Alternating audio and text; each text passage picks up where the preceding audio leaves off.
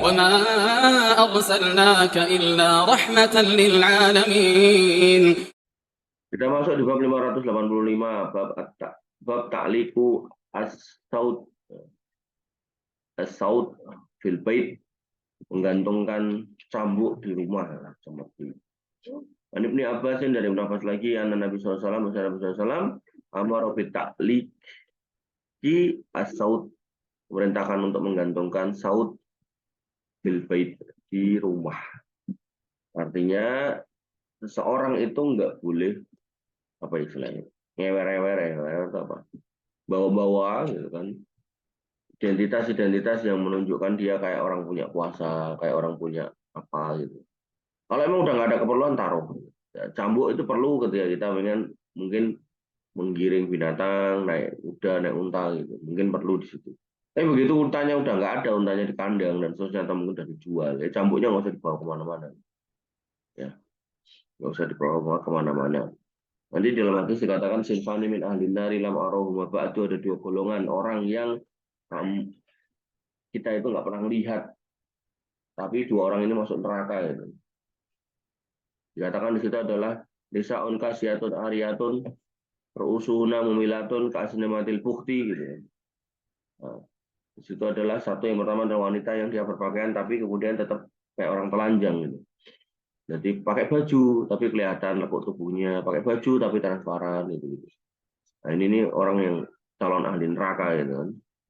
Nah, kemudian yang kedua adalah laki-laki yang membawa cambuk, yang dia mencambuki orang gitu. Sana kemari dia cambukin orang. Nah, maka Nabi SAW mencegah perbuatan itu ya, dengan cara kalau emang sudah nggak ada kepentingan dengan cambuk itu, taruh di rumah. Baratnya ini kalau dikiaskan di kita, mungkin jarang orang bawa cambuk kemana-mana ya. Bawanya arit, buat ngarit sebenarnya. Dia selesai ngarit, aritnya taruh rumah. Gitu. Karena yang namanya syaiton itu akan bisikin kita untuk melakukan hal-hal yang enggak. Ya, apalagi zaman sekarang udah gak kayak dulu ya.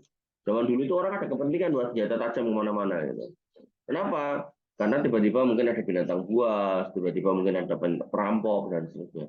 Nah sekarang itu kan ya walaupun memang juga masih ada ya, kayak di Jogja itu kelitih itu masih ada. Nah walaupun sekarang masih ada kejahatan, tapi tidak seperti dulu gitu. Sehingga pembawaan pada senjata tajam apalagi senjata api itu tidak diperlukan.